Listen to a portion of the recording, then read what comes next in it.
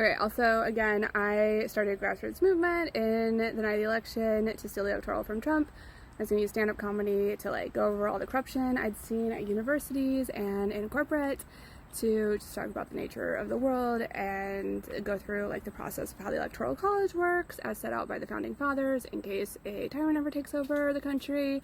And I was hacked with software that causes a spontaneous Kundalini awakening that was embedded, I don't know, I was hacked by the CIA, and the guy in the CIA is my friend from middle school, Xana Lawrence, her husband, Tom Kuhlman, who was Patrick Kuhlman's brother, who was in my class at Bishop Dessart High School, and he married Xana, and then Pat married Allison, who was my old roommate. So, like, I know these people.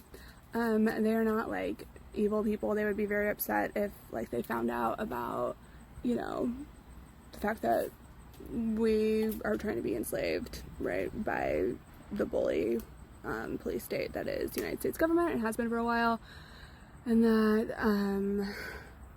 we lost the Cold War because Russia demoralized us, and that's why we have all the corruption, and then like this is how they take over, blah blah blah blah blah. And but they're not like good enough people to like not torture me, so they definitely did that.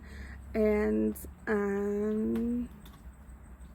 yeah, terrible people. Everybody's a terrible person. I'm the only good person. I don't know, there's probably a lot of Gen Z and like the younger generations, Gen Alpha and Gen Z, are actually, I think, like, just culturally they grew up in like a much like gentle parenting, like they're much more empathetic people, and like we should really look to the younger generations to model. I shouldn't just be like, all these people are evil.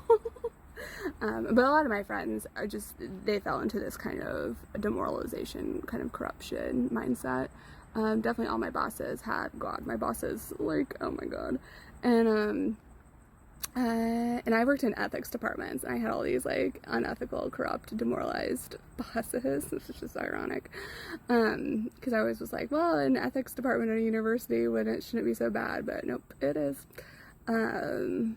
Corporate's actually a little bit better because they're so afraid of getting sued, but so once you document something, they're like, oh. But then you're just playing a mind game with them, and they're still gonna fire you anyway, so yeah.